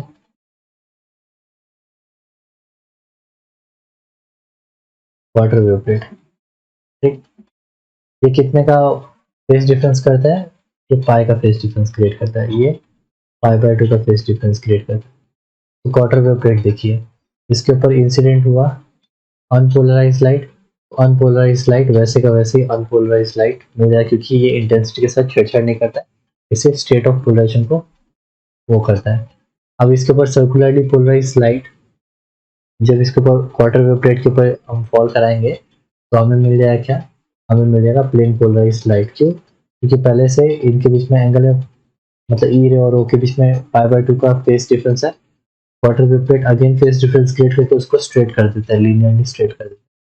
तो देखिए हम किस केस में डिस्टिंग्विश कर पा रहे हैं, इसी केस में डिस्टिंग्विश कर पा रहे हैं कि भेज रहे थे अनपोलराइज लाइट और सर्कुलरली पोलराइज लाइट, मिला हमको अनपोलराइज लाइट और प्लेन पोलराइज लाइट। तो आपका आंसर आएगा क्या, quarter wave plate is your answer. ठीक है, जो भी है दिख रहा होगा डार्क। तो इस तरीके के क्वेश्चन आते हैं। Next question, okay, a plate of A plate of thickness T behaves as a half wave plate. एक कोई प्लेट है वो कैसा बिहेव कर रहा है, हाफ वेव प्लेट की तरह बिहेव कर रहा है. For a wavelength of light lambda, ignoring the variation in the refractive index with lambda, if the light of 2 lambda is used, the plate will behave as. So half wave plate है, half wave plate के लिए जो thickness होती है वो होती है lambda by 2 का पाथ डिफरेंस क्रिएट करता है half wave plate into mu ओ माइनस म्यू ई. ठीक है, ये किसके लिए, हाफ वेव प्लेट के लिए. अब क्या कह रहा है कि ignoring the variation in the refractive indices, अगर इसको हम लोग क्या कर दें, फिक्स्ड कर दें. ठीक है, इसको हम लोग बदले ना. तो जो थिकनेस है, थिकनेस किसके ऊपर डिपेंड करेगा, सिर्फ और सिर्फ वेवलेंथ के ऊपर डिपेंड करेगी. ठीक ना. तो यहाँ पे क्या कह रहा है कि जो अब जो लाइट यूज कर रहे हैं that is twice of the incident light, तो उसका इसमें थिकनेस क्या हो जाएगा, lambda dash by 2 mu O minus mu ई. तो ये तो हो गया फिक्स. अब क्या वेवलेंथ के चेंज होने से थिकनेस पे कोई फर्क पड़ेगा, क्या वेवलेंथ के चेंज होने से थिकनेस पे कोई फर्क पड़ेगा. एक मैंने मटेरियल बना के रख दिया, ठीक है, एक मैंने डबली रिफ्रैक्टिंग क्रिस्टल से मैंने एक मटेरियल ऐसा कट करके मैंने बना दिया. ठीक है, मैंने इसको बोल दिया कि ये मेरा हाफ वेव प्लेट है. अब इसके ऊपर मैं लैम्डा की इंसिडेंट कराऊं या 2 लैम्डा की इंसिडेंट कराऊं या 3 लैम्डा की इंसिडेंट कराऊं, क्या इसकी थिकनेस बदलेगी, क्या इसकी थिकनेस बदलेगी, तो जादू होगा, नहीं. ठीक है, अगर किसी एक वेवलेंथ के लिए अगर ये हाफ वेव प्लेट का काम कर रही है तो बाकी वेवलेंथ के लिए भी क्या ये करेगी, हाफ वेवलेंथ का ही काम करेगी. ठीक है, शर्त ये लगता है कि रिफ्रैक्टिव इंडेक्सेस बदले, अगर ये बदलेंगे तो शायद कुछ होगा. ठीक ना. तो 2 लैम्डा के लिए भी ये इसकी तरह बिहेव करेगा, तो ये हाफ वेवलेंथ की तरह ही बिहेव करेगा, हाफ वेव प्लेट के लिए ही बिहेव करेगा. क्लियर. ओके.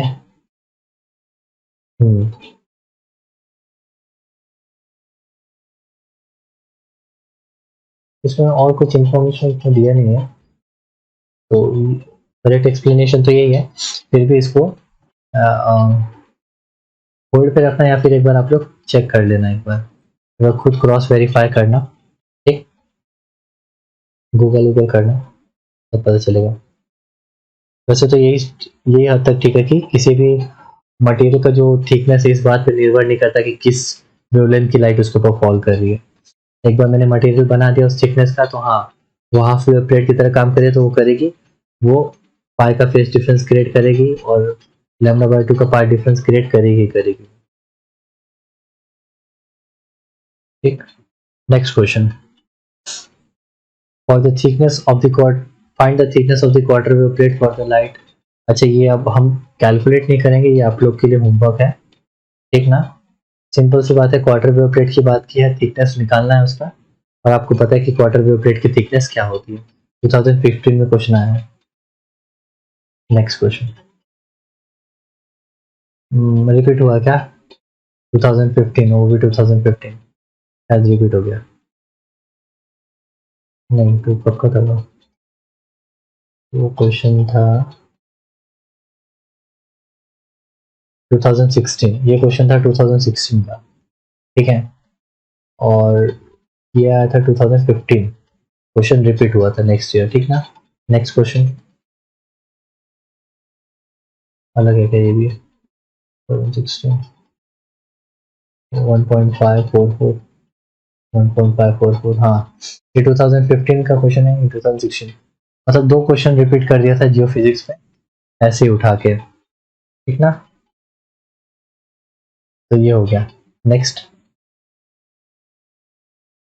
ओके, अच्छा ठीक है, ये भी क्वेश्चन बता ही देते हैं. 2021 में आया रिसेंट में फिजिक्स में। पिछले साल का जो ट्रेंड था ना वो ऐसे ही था, उन्होंने काफी सारा मतलब एसोसिएशन रीजन टाइप और मैच द फॉलोइंग डाला था। उनको नॉलेज चेक करना था कि लड़के को कितना नॉलेज है, उसने मतलब सारा एरिया कवर किया है कि नहीं, सारा टॉपिक्स कवर किया है कि नहीं, इसीलिए वो वैरायटी थी पिछले साल के क्वेश्चन में। तो देखिए हमने कुछ कुछ इसमें पढ़ रखे हैं तो फटाफट करेंगे। लॉयड सिंगल मिरर, तो ये कैसा था, ये यंग्स डबल स्लिट की तरह ही मतलब उसका मॉडिफाइड वर्जन था।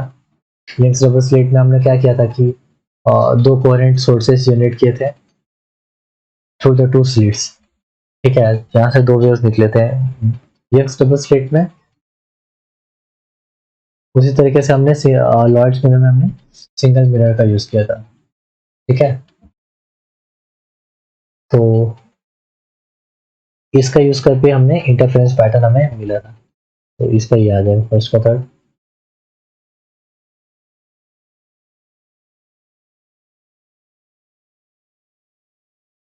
Second Nicol prism, so Nicol prism का हमने देखा कि when light passes through it, unpolarized light, वो उसको प्लेन पोलराइज्ड लाइट में बदल देता है। So Nicol prism is a phenomenon, is a material which used for the polarization.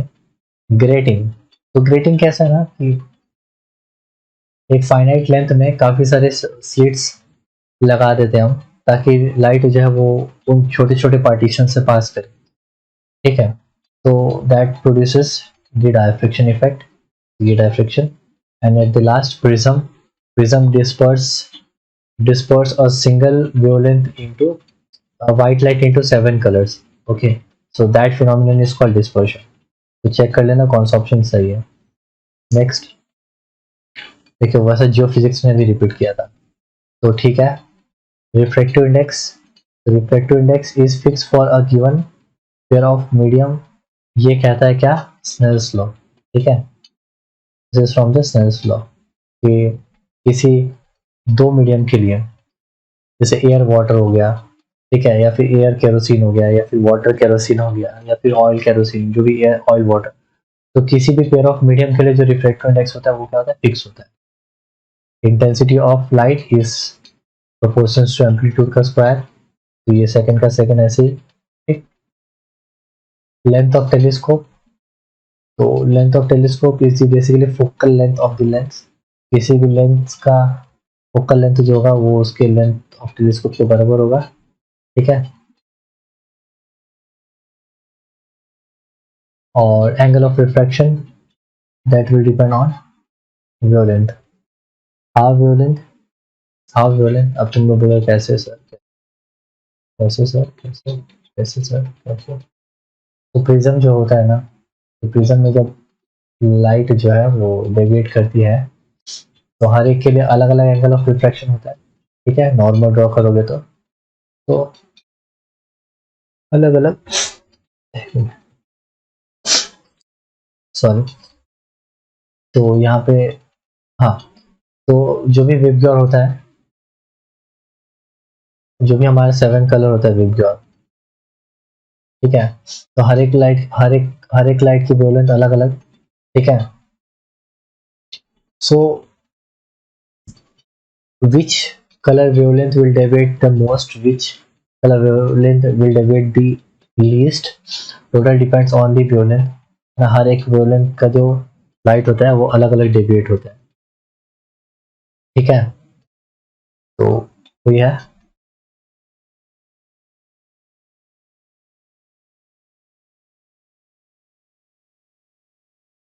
तो इसमें violet, indigo, blue, green, yellow, ऐसे ऐसे कुछ होता है, ठीक है। Red light deviate the least and violet blue light deviate the most, that's why मतलब ब्लू का स्कैटरिंग ज्यादा होता है, ठीक है। तो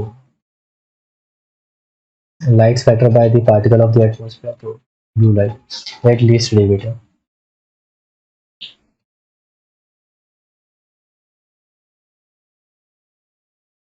सो मैच कर लेना कौन सा ऑप्शन इसमें करेक्ट होगा।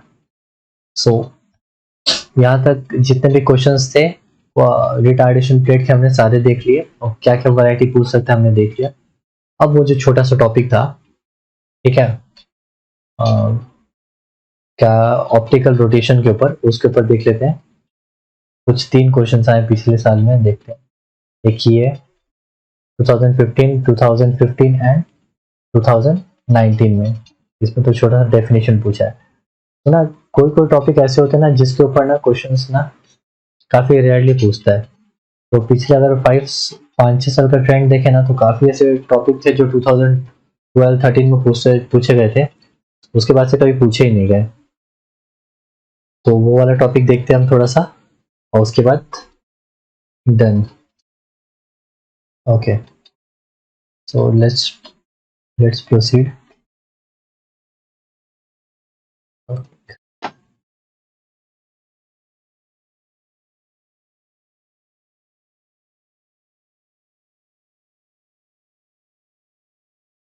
ऑप्टिकल ऑप्टिकल रोटेशन, और तीसरे को कहते हैं ऑप्टिकल एक्टिविटी। तो होता क्या है ना, देखो हम शॉर्ट में बता देते हैं आप लोग को कि कभी भी प्लेन पोलराइज लाइट हम जब भी प्रोड्यूस कर लेते हैं, प्लेन पोलराइज जब भी लाइट हमको मिल जाता है, और उन लाइट को हम ऐसे सॉल्यूशन, लिक्विड सॉल्यूशन या फिर ऐसे मटेरियल से पास करते हैं कि जो उनका प्लेन है, मतलब पहले जो ऐसे वाइब्रेट कर रहे थे, ये प्लेन रोटेट हो जाता है। तो इसी इसी फिनोमिनन को कहते हैं क्या, ऑप्टिकल रोटेशन। मतलब उनके प्लेन ऑफ वाइब्रेशन को रोटेट कर देना, उसको कहते हैं ऑप्टिकल रोटेशन। ठीक है, और लिखवा देते हैं।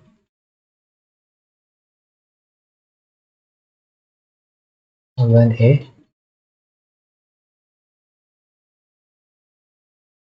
plane polarized light is passed through some crystal like quartz, या फिर कुछ सॉल्यूशन भी, ठीक है, कोई सॉल्यूशन भी, तो हमने केमिस्ट्री 12th में पढ़ा था, कायरल कार्बन ये सब करके। Then the plane of then the plane of polarization of the emergent light is not as same as that of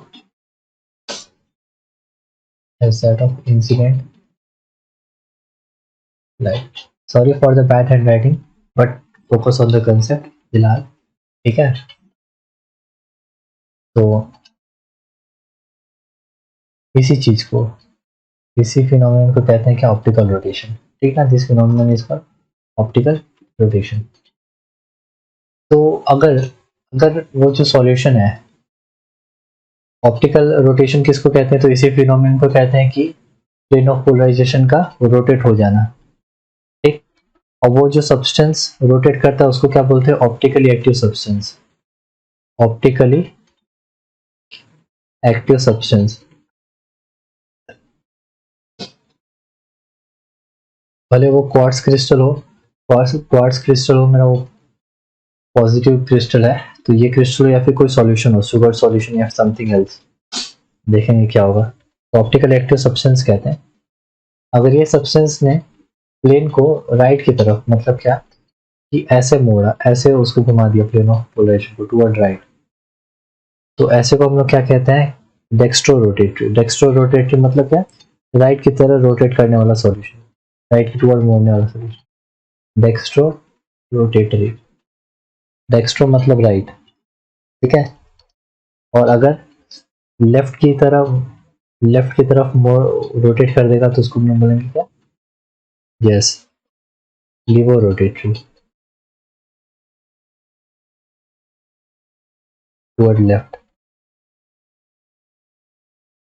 ऐसा।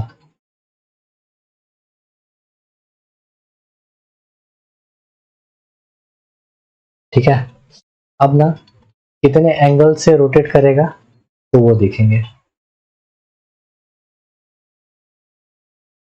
ओके, सो जो अमाउंट ऑफ रोटेशन है,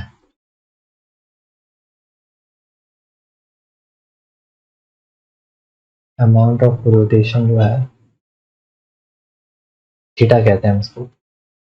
दैट थीटा जो है वो सबसे पहली तो उसके थिकनेस ऑफ क्रिस्टल, ठीक है, थीटा जो है वो थिकनेस ऑफ क्रिस्टल पे डिपेंड करता है कि क्रिस्टल कितना थिक है, या फिर सॉल्यूशन जो जिसे वो पास कर रहा है वो कितना लेंथ में है, थिकनेस ऑफ क्रिस्टल। दूसरी चीज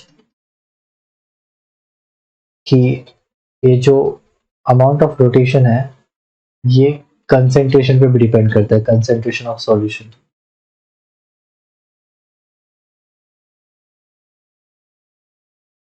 how much it is concentrated और whether it is diluted।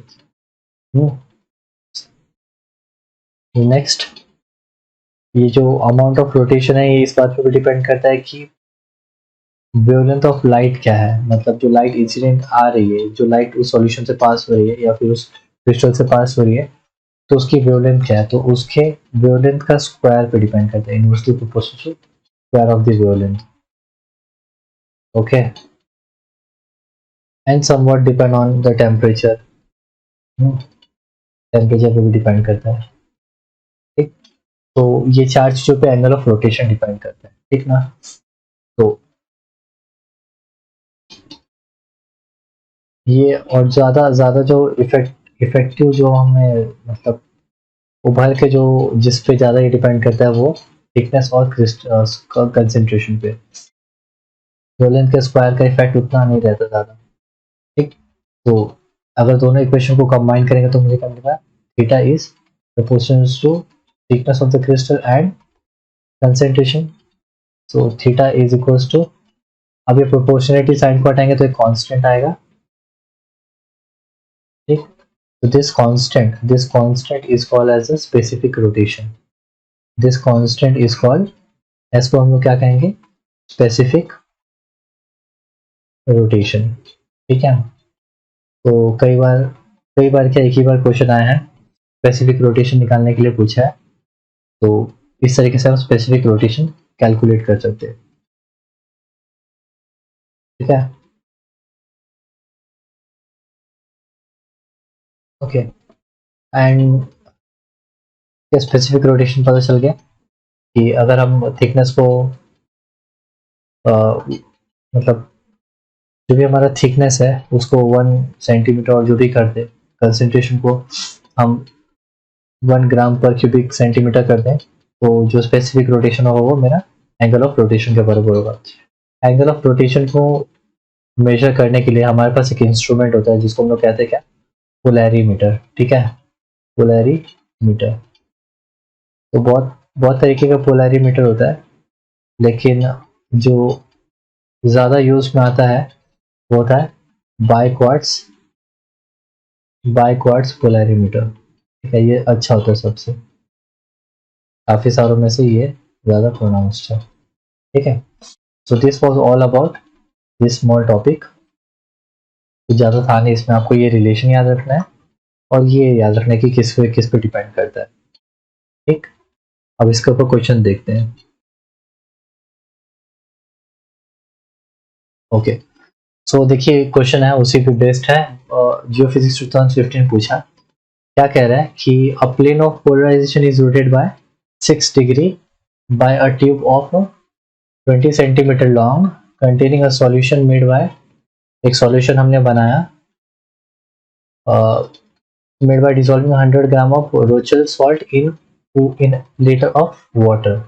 तो कंसेंट्रेशन कितना हो गया मेरा, कितना मास है, 100 ग्राम in 1 litre means 1000 cubic centimetre of water. तो कितना हो जाएगा ये कंसेंट्रेशन मेरा, 0.1 ग्राम पर सेंटीमीटर क्यूब। थीटा कितना है, रोटेशन 6 डिग्री है, और जो लेंथ है, थिकनेस है, वो कितनी है मेरी, 20 सेंटीमीटर है।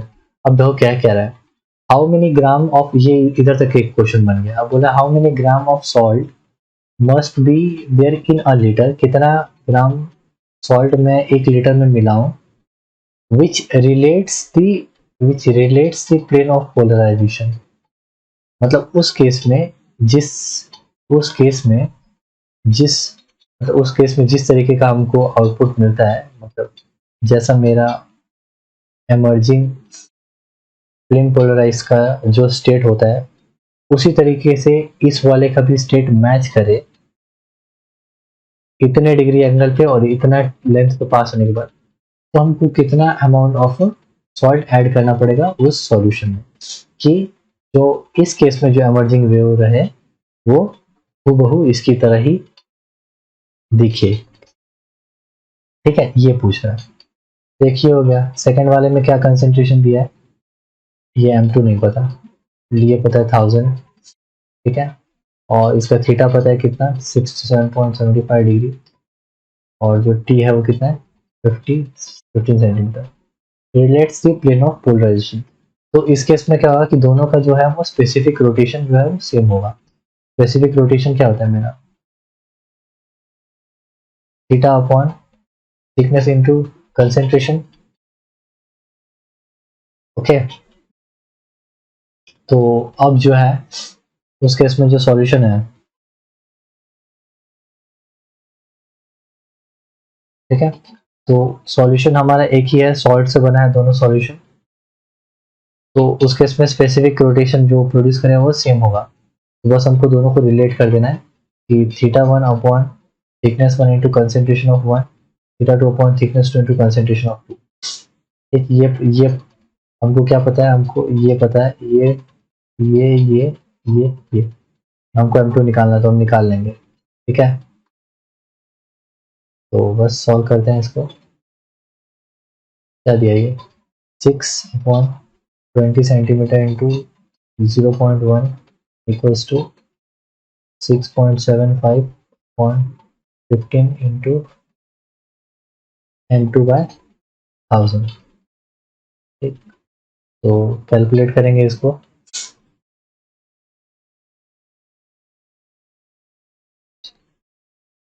तो ये आएगा 20 इंटू 0.1 तो 2 आ गया, 2 डिवाइड बाय 6 तो 3 आ जाएगा। तो यहाँ पे M2 will be equals to 6750 upon 15 into 3 45। इसको सॉल्व करना, देखना आंसर क्या आ जाएगा, 150 ग्राम आ जाएगा तुम्हारा। ठीक है, तो आपका आंसर क्या आ जाएगा, ये हो जाएगा। स्पेसिफिक रोटेशन का कंसेप्ट था, थोड़ा ही था। Next, an optical active material करता क्या है। एक ऑप्टिकल एक्टिव मटेरियल करता क्या है, rotate the direction of light beam passing through it, rotate the direction of polarization of plane polarized beam passing through it, splits unpolarized light beam into two linearly polarized, ये तो कभी नहीं हो सकता, splits unpolarized light into नहीं, ये भी नहीं हो सकता। अब देखो क्या है, पहले दो में से देखो, rotates the direction of light beam passing through it, rotate the direction of plane of rotate the direction of polarization of plane polarized passing through it, ये वाला एक्यूरेट आंसर है। Direction of polarization of plane को ये rotate कर देता है passing through it. Accurate answer ये होगा। Second, which of the following is optically active substance. तो इसमें से कौन सा ऑप्टिकली एक्टिव सब्सटेंस है, तो हमने क्वार्ट्ज का एग्जांपल देखा था, क्वार्ट्ज क्रिस्टल का। Quartz crystal is optically active substance. Okay, so all the topic in the polarization has been covered, जिससे क्वेश्चन पूछे गए थे और प्रीवियस ईयर में मोस्टली क्वेश्चन हमने करा दिया है। तो आप ट्राई करना ऑन योर ओन कि मैक्सिमम जो है आपको समझ आए। कुछ एक्स्ट्रा क्वेश्चन भी ट्राई करना है JNU और DU के, जो नहीं आया ग्रुप में पूछना, I will be there to help you out. Okay, and यहाँ पर हमारा पोलराइजेशन कंप्लीट होता है। नेक्स्ट हम स्टार्ट करेंगे क्या, नेक्स्ट लेक्चर से हमारा स्टार्ट होगा डायफ्रैक्शन। ठीक है, यहाँ तक इजी लगा तो आगे भी तुमको इजी लगेगा।